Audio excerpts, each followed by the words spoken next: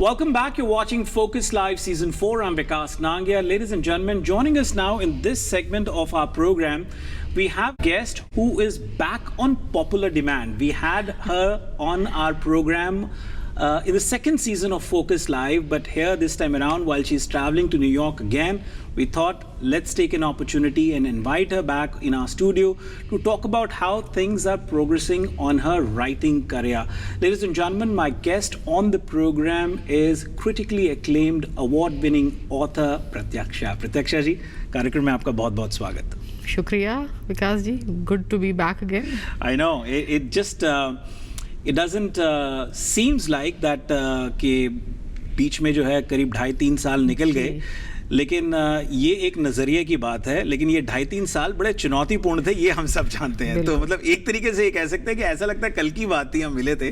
लेकिन ये 2.5-3 साल जो बीते हैं, ये बहुत चुनौतीपूर्ण रहे हैं. एक लेखक के नज़रिए से क्या कहना चाहेंगे कि how challenging time was it during the phase of COVID, and how creatively you utilize that time? Yeah, it has been a very difficult time for everyone. और कोविड में हम लोग सब घर के अंदर बंद हो गए थे, वर्क फ्रॉम होम हो गया था, बाहर की दुनिया से हम लोग सब पूरी तरह से कट ऑफ थे. तो शुरू में तो बहुत सरियल एक एक्सपीरियंस शायद सबका रहा होगा, जैसे कि कोई साइंस फिक्शन खेला जा रहा है हमारी ज़िंदगी में, और जो हम टीवी में या सिनेमा देखते थे सडनली वो हमारे ऊपर बीतने लगी. तो मुझे लगता है शुरुआत के 3-4 महीने बहुत ही डिरेलमेंट के थे, बहुत अपसेटिंग थे. देन सब्सिक्वेंटली हम लोग ह्यूमन नेचर ऐसा होता है कि हम तुरंत अडाप्ट करते हैं. तो हमने उस सिचुएशन में एवरीबडी अडाप्टेड. तो हम धीरे धीरे एक रूटीन के रिदम में आने लगे, और जब रिदम में आए और एक सुर बैठने लगा तो हम फिर वापस क्रिएटिव भी सब लोग होने लगे. और मुझे लगा कि वो जो पूरा समय था it gave me a time to descend within myself. तो एक बाहर से कट के हम भीतर की ओर ज़्यादा जुड़ने लगे. सो प्रोबेबली वो मेरे क्रिएटिविटी के लिए अच्छा था. ऑल्दो बाहर की दुनिया में जो चीज़ें हो रही थी वो बहुत डिस्टर्बिंग थी, एक वाटरशेड की तरह था कि इसके आगे हम किधर जाएंगे, कैसे जाएंगे. बट ठीक है, हम लोग अडाप्ट कर रहे हैं, सब लोग we learn to cope. Right. You know, this is interesting how you have expressed कि किस तरह का एनवायरनमेंट था, और क्रिएटिवली आप किस तरह से आप उसको यूटिलाइज कर रहे थे, और किस तरह से आपने, समाज ने, मानवता ने उन चीज़ों को, उस माहौल को, वातावरण को अपना लिया, एम्ब्रेस कर लिया. लेकिन इसमें एक बात, अगर मैं क्रिएटिविटी की बात जब कर रहा हूँ, वो ये है कि जब घर के बाहर एकदम तनावपूर्ण माहौल हो, परिस्थिति हो, और मन भी घबराया हुआ हो, आप कुछ लिख रहे हो जो आपके विषय से बिल्कुल टेंजेंट है, उस टाइम पर वो तवज्जो, फोकस, कंसंट्रेशन रखते हुए, मनोबल रखते हुए वही लिखना जो आप लिखना चाह रहे हो, वो कितना कठिन रहा? नहीं, वो कठिन था तो मेरे लिए भी एस्केप था. तो मैं जो लिख रही थी उससे कोई फ़र्क चीज़ लिखने लगी. मैंने एक साइंस फिक्शन किताब लिखी उन दिनों, जाल. तो मुझे लगा कि एस्केप किधर है, ये जो दुनिया हमारे चारों तरफ है वो तो बड़ी भयानक दुनिया है जी. तो फ्यूचर में साइंस फिक्शन, फैंटेसी, यही एस्केप है. तो मन उसमें रमने लगा कि ठीक है, जो चीज़ मेरे कंट्रोल में नहीं है चल रहा है, लेकिन अब I can visualise a future according to the way I want. मैं अपना जाल कुछ अलग तरीके से मैंने जाल फेंक लिया था. अब क्योंकि आपने जाल का जिक्र कर ही दिया है, तो यहाँ थोड़ा जान लूँ, समझ लूँ कि किस तरह का ये नॉवल है, और क्या सोर्स ऑफ इंस्पिरेशन रहा इस साइंस फिक्शन को लिखने का. मुझे हमेशा से साइंस फिक्शन पसंद आता है, मैं बहुत पढ़ती रही हूँ. Arthur C Clarke, Isaac Asimov, ऐसे बहुत सारे. और हिंदी में साइंस फिक्शन बहुत ज़्यादा या शायद बिल्कुल भी नहीं लिखा गया है. तो जब मेरे मन में ये आता रहता था ये कि कुछ अलग करते हैं, कुछ अपने आप को चैलेंज करते हैं, तो उसमें हमेशा था कि ऐसी कुछ चीज़ एक एक्सपेरिमेंट करूं, and whether I can do it और नॉट. क्योंकि हिंदी में साइंस फिक्शन लिखना डिफ़िकल्ट है, क्योंकि टर्म्स और जार्गन्स जो साइंस फिक्शन के या साइंस के हैं, वो सब वो सारे अंग्रेजी में हैं. बिल्कुल. तो अब हिंदी में आप करेंगे तो वो बहुत ज़्यादा अंग्रेजी के शब्द हो जाएंगे. तो मैंने बहुत इसलिए मज़ा आया क्योंकि मैंने शब्दों का इजाद करना शुरू किया कि ये वाली चीज़ को मैं कैसे एक नया शब्द दूंगी. जो फ्यूचर में एक दुनिया हम इमेजिन करते हैं, वो दुनिया हम किस तरह की होगी. तो it was lot of fun, it was a big escape, it was fun, it was trying to see a world जो शायद 100 साल बाद कुछ और हो जाएगी, जो इधर के शायद 50 साल में this has been a technological leap. और उससे भी 4 times 5 times अगर आप कल्पना कर सकते हैं. तो it was lovely to do that and also somehow जो चीज़ मैंने लिखी वो साइक्लिकल है, so you know in the end you come back to the same point. अच्छा, you circle back. Yes. So I think this is how the world works. This is how our lives work, and this is how I think the civilizations evolve and then decline and ये fall. बात बिल्कुल सही कही आपने कि ज़्यादा science fiction पर Hindi literature में, साहित्य में लिखा हुआ नहीं है. ये सच है कि भाई नाटकीय तौर पर, फिक्शन तौर पर आपने टीवी सीरीज ज़रूर देख ली हैं, बिल्कुल. लेकिन लिखावट उस तरह की नहीं रही है. उससे जुड़ा एक सवाल है जो मैं अगले सेगमेंट में करूँगा, जो एक लिखावट किताब के लिए और लिखावट टीवी सीरीज़ के लिए बहुत से लेखक उस और अपना रुझान अब बनाए हुए हैं और आमदनी का ज़रिया भी बनाए हुए हैं. लेकिन ये साथ साथ जो साइंस फिक्शन के अतिरिक्त मैं जो पा रहा हूँ कि आपकी हाल में भी किताब आई पारा पारा जी. तो उसके लिए भी आपको बहुत सारी शुभकामनाएं. शुक्रिया. और फिक्शन जो है ये एक सवाल तो ये कि भी दिल के अजीज़ इतना क्यों है, किस तरह के ऐसे अर्ली इम्प्रेशंस रहे लाइफ में that you know your focus was towards fiction, and writing fiction is like एक बुनियाद, एक भूमिका बनाना शुरुआत से, स्क्रैच से, वो अपने आप में बहुत चुनौती रहती है कि आप एकदम you starting from the scratch एक बुनियाद बनाते और पढ़ने वाले को लिए रोमांचक रुझान बनाते हुए आप चल रहे हैं. वो जो लिखावट होती है, क्रिएटिव है, जो एस्पेक्ट है, थोड़ा वो समझना चाहूँगा. और फिर पारा पारा किस तरह की किताब है वो भी समझना चाहूँगा. शायद उपन्यास लिखने में बहुत चैलेंज है, क्योंकि बहुत बड़े कैनवस पे आप कोई थीम को डील कर रहे हैं. और पारा पारा में खास करके लगभग 200 साल की कहानी है, 3 पीढ़ियों की कहानी है, लगभग 3 से 4 पीढ़ियों की कहानी है. तो जब मैं लिख रही थी तो मैं हमेशा मुझे किरदार के नाम में भूल जाती थी कि उसका क्या रखा. स्वयं आप भी भूल रहे थे. इतने सारे कैरेक्टर्स थे, कोई कौन, एंड 3 पीढ़ी है तो वो रिलेशनशिप कैसे आती है, टाइमलाइन क्या होगा. क्योंकि ऐसा ना हो कि कोई विचित्र किस्म का टाइमलाइन हो जाए, दादा बेटा पोता, इस तरह की कोई चीज़. और जो इवेंट्स हो रहे हैं तो ऐसा नहीं कि किसी चीज़ में मैंने किसी की शादी की बात लिखी तो पता चला अगर टाइमलाइन देखती हूँ तो 12 साल की उम्र में हो गया, या कि जो 1800 समथिंग का जो पीढ़ी है उसमें शायद 12 साल में ही शादी होती थी या पहले भी. तो मैंने एक बाकायदा एक्सेल शीट बनाया. मतलब I am not very proficient, बहुत सारे टूल्स हैं अभी वर्ड फाइल में, मुझे नहीं मालूम. तो मैंने कहा कोई बात नहीं, मैं अपने तरीके से करती हूँ. तो मैंने एक एक्सेल शीट बनाया, उसमें टाइम्स लिखे, सारे कैरेक्टर्स लिखे, किसकी उम्र क्या थी, कौन कब पैदा हुआ, किसकी शादी कब हुई. So it was like making a family tree. So I did that and then I would keep that besides me when I was writing. और इसलिए भी कि पूरी किताब एक गो में नहीं लिखी जा सकती थी, it took a long time. So बीच बीच में बहुत सारा गैप हो जाता था. Since I am working full time, तो वीकेंड्स को अगर हुआ, या कई बार ऐसा हुआ कि 5 महीने 6 महीने I did not touch the book. बीच में I did the other things जो सडनली कुछ और मन में आया. तो every time I would pick up the book, I would bring out that Excel sheet in front of me and start. ओ नाम तो गलत नहीं लिख रही मैं, पीरियड सही है. Because sometimes it also happens कि you have a outline of story in your head which you are writing. और कई बार ऐसा होता है कि लिखते लिखते वो कहानी कुछ और किसी दूसरी गली पगडंडी में उतर जाती है. बिल्कुल, आप कहाँ से शुरू हुआ, कहाँ पहुँचे, वो बिल्कुल हो सकता है. तो वो थोड़ा एक एक्सप्लोरेशन मतलब खुद के लिए भी है. इट्स नॉट एज इफ कि सब चीजें एकदम you know all the dots are connected हैं. वो तो बनते बनती है. एग्जैक्टली. तो वो एक्सप्लोरेशन इज ऑल्सो, मुझे लगता है while you are being a writer, you are also being a reader. आप पाठक भी साथ साथ होते चलते हो. So you discover in the end कि कोई कैरेक्टर बड़ा आपने लिखा था. तो ये बड़ा दिलचस्प आपने बात करी.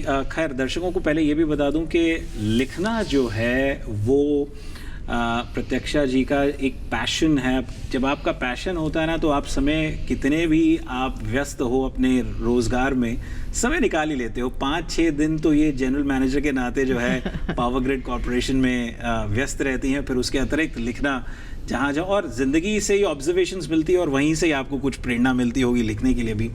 सवाल मेरा ये कि जैसे आपने कहा ना कि भाई अब लिखना शुरू किया, एक आपको एक प्लॉट मिल गया, एक बेस मिल गया, वहाँ से आप लिखते गए, चले गए.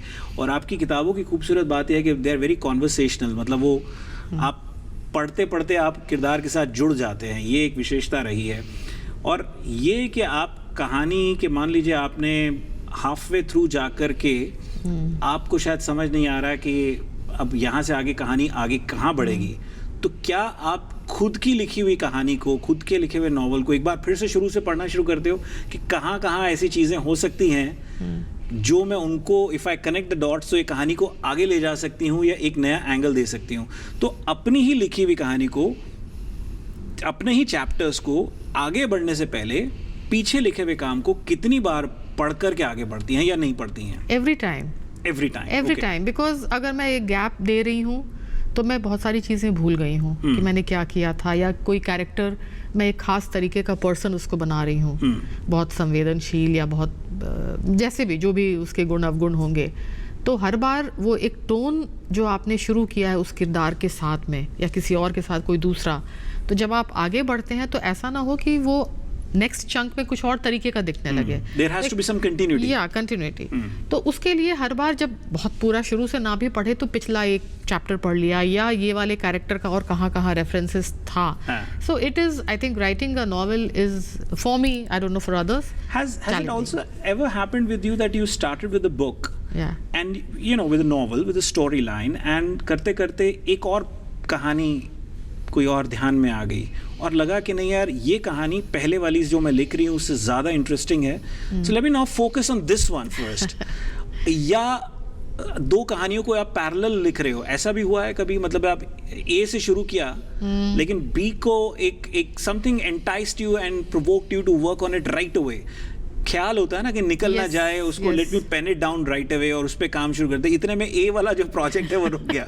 ऐसा होता है? आप होता है, खास करके पारा I started writing it right in the beginning of my writing career so to say, और थोड़ा सा लिख के छोड़ दिया था, it kept made a folder on my computer, it was there, and every time मैं कुछ और करती रही। इनफैक्ट जो मेरी जो पहली किताब थी बारिशगर, जो उपन्यास, वो काफ़ी बाद में शुरू किया था, तो वो पहले ख़त्म हो गया, ये पड़ा हुआ था, and it like stayed with me कि इसको करूँगी कभी। So when I have time and I was writing stories, I wrote ये जाल मैंने लिखा, एक और किताब बीच में लिख ली, नैनो बीच नबी, which is like a chap book.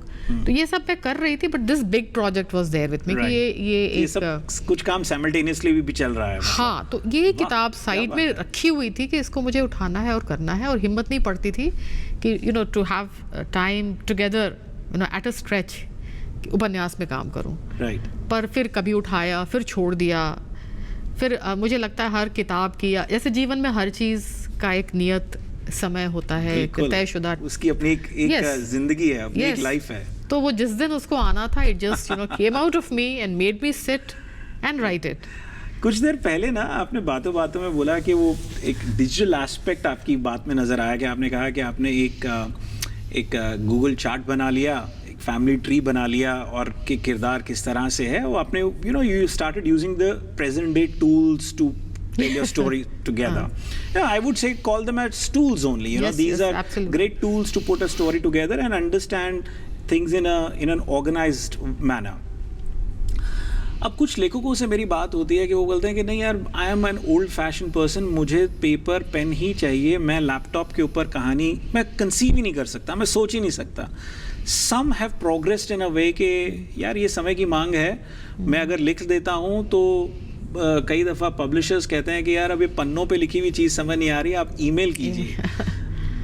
ये बदलते दौर की एक आवश्यकता कहूँ या मांग कहूँ, आपके साथ इस तरह की परिस्थिति हुई है, और अगर हुई है तो सुकून ज़्यादा लिखने में किस तरह से है, कागज़ कलम उठा करके या उसको लैपटॉप पे टाइप करके? मैं शुरुआत में मैं कागज़ कलम पे लिखती थी, फिर उसको टाइप करना पड़ता था, तो मुझे लगा कि मैं 2 बार मेहनत कर रही हूँ, and typing was like a clerical work, it gave you know Joy.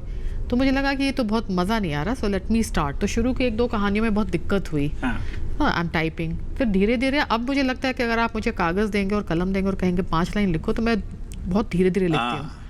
जब मैं टाइप करती हूँ इट मूव्स वेरी फास्टर। सो कई बार ऐसा हुआ है कि आज मेरा मन कर रहा है लिखने का, आई डू नॉट नो कि मैं क्या लिखने वाली हूँ, but I have picked up my laptop, started writing and things have you know come flowing. तो ये मुझे ज़्यादा ईज लगता है to write straight away on the laptop, on the computer. वो एक आदत से बढ़ गई, मतलब initially you must have faced, initially it was difficult, you must have faced teething problems, yeah, I was typing very slow, then I started typing fast, फिर मुझे लगा कि इसमें बहुत ईज है, आप you can you know delete chunks, copy paste, लिखने वाले में नहीं हो सकता था, काटना पड़ता था, और सीक्वेंस भी अगर आपने किताब की, जैसे पारा में मैंने जो फर्स्ट चैप्टर था इनिशियली, सो आई रियलाइज कि वो बहुत एब्स्ट्रैक्शन में है, so I don't want the reader to get into it through abstraction. So I wanted to make the characters known to the reader कि immediately आप किताब में घुसिए so you know कि अच्छा ये है ये है. तो कहीं से कोई चीज उठा के कॉपी कट No, पेस्ट करनी I wrote कोई चैप्टर था जो कि 4th या 5th चैप्टर था, so I just picked it up and made it my first chapter. Makes the job easy. Yeah. So I think using the tools that we have been given, we should definitely do it. Yeah. और ये जो कहानी जैसे पारा पारा की आपने कहा कि 200 साल 3 अलग अलग पीढ़ियों की कहानी है. इस तरह की जब कहानी लिख रहे हैं तो एक रिसर्च किस तरह का इन्वॉल्व रहता है, थोड़ा ये समझना ज़रूरी है क्योंकि 3 अलग अलग जनरेशन है, जनरेशन्स भी अलग अलग फेज में होंगी, राइट. और दूसरी बात यह है कि कई लेखकों से कई बार बात होती है तो कहते हैं कि भाई मुझे किसी विषय पर लिखने के लिए उस विचारधारा से जुड़ने के लिए उस माहौल में वातावरण में होना बहुत ज़रूरी है. और कुछ ये कहते हैं कि भैया मुझे कोई फ़र्क नहीं पड़ता, बाहर जो चल रहा हो, कोविड चल रहा हो, कुछ चल रहा हो, कोई भी वातावरण हो, वो वातावरण मेरे दिमाग में है, मुझे उस वातावरण में वास्तविकता में होने की ज़रूरत नहीं है. मैं दरवाज़ा बंद करूँ तो मेरे लिए वो वातावरण मेरे दिमाग में ही चल रहा है और मैं लिख रहा हूँ या लिख रही हूँ. आपकी क्या अप्रोच रहती है? नहीं, मुझे दोनों का थोड़ा मिक्स लगता है कि अगर उस तरह के माहौल में रहने की सुविधा हो जाए तो नथिंग लाइक इट. लेकिन with a full-time job, many people who are writing in India, हम लोगों के पास इतने कुछ grants और funds नहीं होते, so किताब लिखकर आप पैसे नहीं कमाते, not really. तो आप कोई दूसरी नौकरी कर रहे हैं, you know, for your living. तो नेचुरली आपको आपने मुझे बहुत अच्छी लीड दी है, ब्रेक के उस पार उससे भी जुड़ा बात करने वाला हूँ जी. So then what do you do?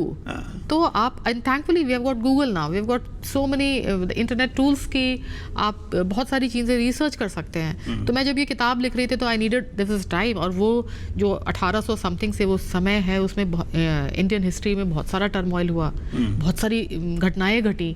उन घटनाओं को एक प्रॉपर पर्सपेक्टिव में लाना बहुत ज़रूरी था. But this is not a historical novel. लेकिन जो मेरे कैरेक्टर्स हैं जो से 1900 की शुरुआत में है या 1947 में है, तो उनके जो भी वो कर रहे हैं उसका कुछ ना कुछ तो जो उस समय की घटनाएं घट रही हैं उसका प्रभाव उन पर पड़ेगा जी. तो वो चीज़ें मुझे मैं वैसे भी आई हैव स्टडीड हिस्ट्री, तो मेरे लिए वो सब चीज़ बहुत एक इंटरेस्ट की चीज़ है. It gave me a lot of pleasure to research things and you know make a proper file कि ये चीज़ें हैं. और जब मैं ये कैरेक्टर को लिखूंगी तो I will be needing this historical context to give a reference to that. बढ़िया बात. एक छोटा सा ब्रेक के उस पार प्रत्यक्षा से बातचीत का सिलसिला जारी रहेगा. आप जाएगा नहीं, देखते रहिए focus live season 4. Will be right back after these messages.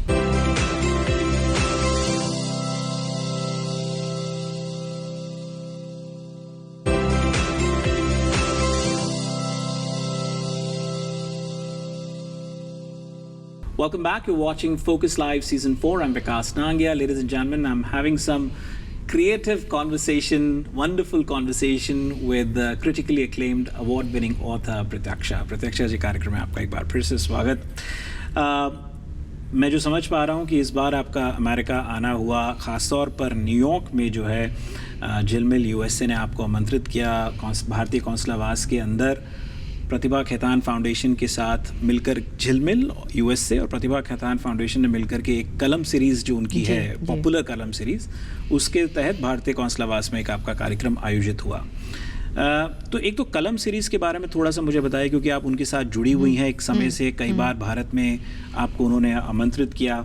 और ये जो सीरीज़ है कलम सीरीज़ के तहत जो मीट द ऑथर उनकी कार्यक्रम आपका कौंसलावास में हुआ न्यूयॉर्क में, किस तरह का तजुर्बा रहा?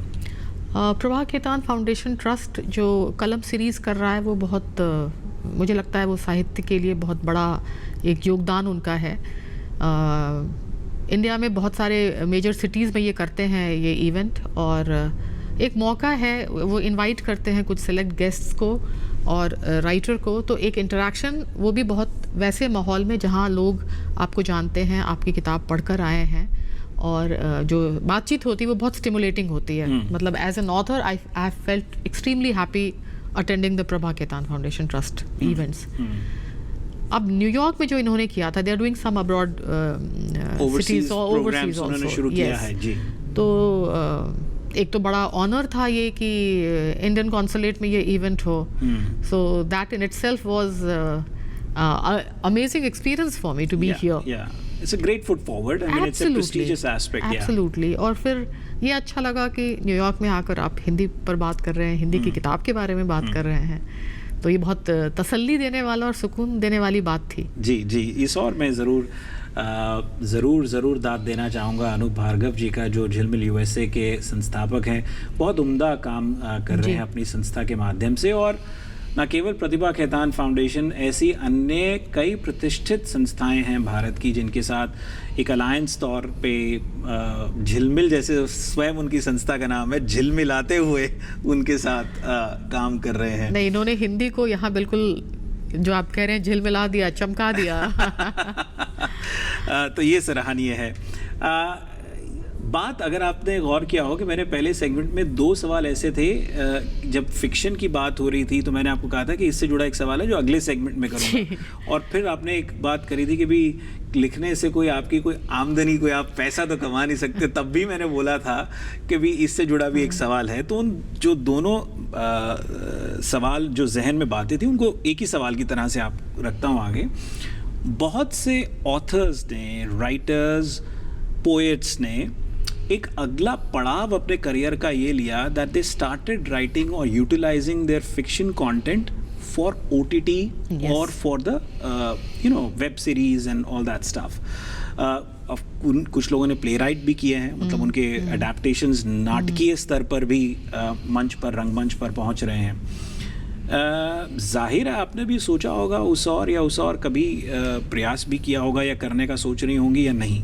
नहीं, प्रयास तो नहीं किया है, और लेकिन व्हाई नॉट? क्योंकि उसमें क्या है कि एक आपका आमदनी का एक जरिया बन जाता है, एक कमर्शियल एंटिटी जुड़ जाती है, तो उस लिहाज से। और फिर मैं ऐसे कुछ राइटर्स को जानता हूँ जिन्होंने सोचा नहीं था, बट जैसे जैसे मार्केट बड़ी होती जा रही है और राइटर्स की मांग बढ़ती जा रही है, क्योंकि इतना कंटेंट है, इतने प्लेटफॉर्म्स हैं, उनको चाहिए। अब शायद वो किताब लिखने की ओर उनका ध्यान कम हो गया है, अब वो कमर्शियल राइटिंग की ओर उनका रुझान ज़्यादा हो गया है। और उनसे फिर मैं कभी कभी पूछता हूँ, भाई अब इतना लिख रहे हो और लिखते ही जा रहे हो, तो जो साहित्य का एस्पेक्ट जो तुम्हारे करियर का था वो कहीं मिस हो रहा है। तो उस पर फिर अलग बात होती है उनसे, लेकिन अभी क्योंकि आपने उस ओर बढ़ना है, तो मैं आपसे ये ज़रूर जानना चाहूँगा कि वो मंशा है, और अगर है तो कभी प्रयास किया या सोच रहे हो उस और बढ़ने का? मैंने तो अभी तक सोचा नहीं था। एक तो मैं साहित्य कर रही हूँ और मेरी नौकरी है, तो इस 2 चीज़ के अलावा तीसरे पे बहुत ध्यान अभी नहीं दिया है। लेकिन वाई नॉट, मुझे लगता है कि अगर जो OTT प्लेटफॉर्म है, पहले भी लोगों की, राही मासूम रज़ा हैं या कमलेश्वर, मनु भंडारी, इन लोगों की कहानियों पे, किताबों पे चीज़ें बनी, तो लोगों ने बाद में फिल्म में भी वो आ गए और स्क्रिप्ट राइटिंग वगैरह किया, तो ये होता रहा है। अभी सडनली ये जो OTT प्लेटफॉर्म का एक एक्सप्लोजन हो गया, तो बहुत सारे कंटेंट की डिमांड आ रही है। उसमें पॉपुलर भी है, थोड़ा सा मतलब संजीदा किस्म के टॉपिक्स पे भी चीज़ें बन रही हैं, तो शायद हर कोई जो लिख रहा है, हम जब लिखते हैं तो हम चाहते हैं कि हमारी चीज़ को एक ऑडियंस मिले। बिल्कुल, मुझे लगता है अगर OTT प्लेटफॉर्म भी एक अनदर टूल टू, और विजुअल ऑडियंस मिले, this is like taking it to one level up, right. और आपकी एक बड़ी सी विंडो खुल जाती है where people are able to see what you have done, right. तो शायद all of us would be wanting कि हमारी चीज़ पे कुछ कोई अच्छी चीज़ बन जाए, राइट। मुझे एक बात ये बताइए कि अगर इस इंटरव्यू को देखने के बाद कोई OTT प्लेटफॉर्म आप तक पहुंचे और देखिए, संभावनाओं से बातें बनती हैं, और संजोग से बातें बनती हैं, किसको क्या मालूम कि क्या हो, आपके काम को लोग सराहते हैं। सवाल ये कि अगर अप्रोच करे तो किस किस्म का काम आप लिखना चाहेंगी और आप उसको पर्दे पर देखना चाहेंगी? किस तरह की कहानियों को? जैसे अब साइंस फिक्शन हो सकता है, कुछ इतिहास से जुड़ा हो सकता है, कुछ कंटेम्प्रेरी हो सकता है, कुछ हास्य से जुड़ा हो सकता है, किस तरह? नहीं, मुझे लगता है जैसे साइंस फिक्शन आपने कहा, मैंने लिखा, उसमें साइंस फिक्शन भी है, फंतासी भी है, और मैं जब लिखती हूँ तो मैं उसको बहुत एक विजुअल तरीके से लिखती हूँ, तो मेरे सामने वो पूरा दृश्य होता है, तो जब मैं उसको लिखते समय देख पा रही हूँ, उसको कोई ट्रांसलेट कर दे in on celluloid, on OTT platform, it would be amazing. पर फिर मैं चाहूंगी कि somebody does it and मेरी कम से कम मंशा और राय वो उसमें लेते रहें कि वो तो बहुत जो जरूरी चीज़ बन रही है वो बहुत जरूरी है। खैर वो आई थिंक मेरे ख्याल अगले बार जब आप यहाँ आएंगी, मुझे लगता है क्या मालूम उस वक्त तक ये उपलब्धि हो चुकी हो और आपसे उस एस्पेक्ट पे ही बात हो रही हो। I'll say thank you Vikas. Of course, my best wishes are there for you. I mean the creative work that you do. और मैं दर्शकों को ये ज़रूर बताना चाहूँगा कि ये सवाल ना केवल पिछले सेगमेंट से कहीं ना कहीं मेरे ध्यान में था, इस सेगमेंट में भी इसलिए था ध्यान में क्योंकि इस वक्त प्रत्यक्षा जी जो है एक किताब पर काम कर रही हैं जो पब्लिशिंग स्टेज पर है, मिस्ट्रेस ऑफ फूलपुर। तो मुझे ऐसा लगा कि भाई ये कहानी का शीर्षक ही ऐसा है जो कहीं ना कहीं अपने आप में जाहिर है कि सिर्फ लिखावट तक ही सीमित नहीं रहेगा, पर्दे पर भी आ सकता है। ये मिस्ट्रेस ऑफ फूलपुर जो है, मिस्ट्रेस ऑफ स्पाइसेस सुना है, अब फूलपुर से मिर्ज़ापुर सुना है, क्या कुछ नहीं सुना है। तो ये भी बड़ा रोमांचक नाम लग रहा है, वेरी इंट्रीगिंग एक्चुअली। किस किस्म की किताब है थोड़ा वो बताइए और फिर बातचीत को ख़त्म करते हैं। मिस्ट्रेस ऑफ फूलपुर में कहानियाँ हैं, short stories in English and शुरू में मैं थोड़ा मजाक करती थी कि they are a little bit risky, naughty वैसी कहानियाँ हैं। फिर धीरे धीरे मैंने उसमें एक मिक्स किया, so there are various types of stories but mainly on exploring the feminine psyche या फिर relationships के layers को explore करता हुआ, so some of them are very contemporary writings। तो I'm hoping कि by the year end या अगले साल तक स्पीकिंग टाइगर से वो किताब आने वाली है। चलिए बहुत सारी शुभकामनाएं उसके लिए। Thank you. आपने समय निकाला, हमसे 2 पे 2 बातचीत करी, उसके लिए बहुत बहुत धन्यवाद। और इस आशा के साथ कि आपकी अमेरिका की यात्रा आनंद में मंगल रहे, स्वस्थ में रहे, बहुत इंपॉर्टेंट है आज के दौर में। इस कामना के साथ इस बातचीत को खत्म करते हैं। बहुत thank you so much. Thank you. Ladies and gentlemen, that brings us to the end of our tonight's episode of Focus Live. Until next time, stay focused, stay blessed. Good night.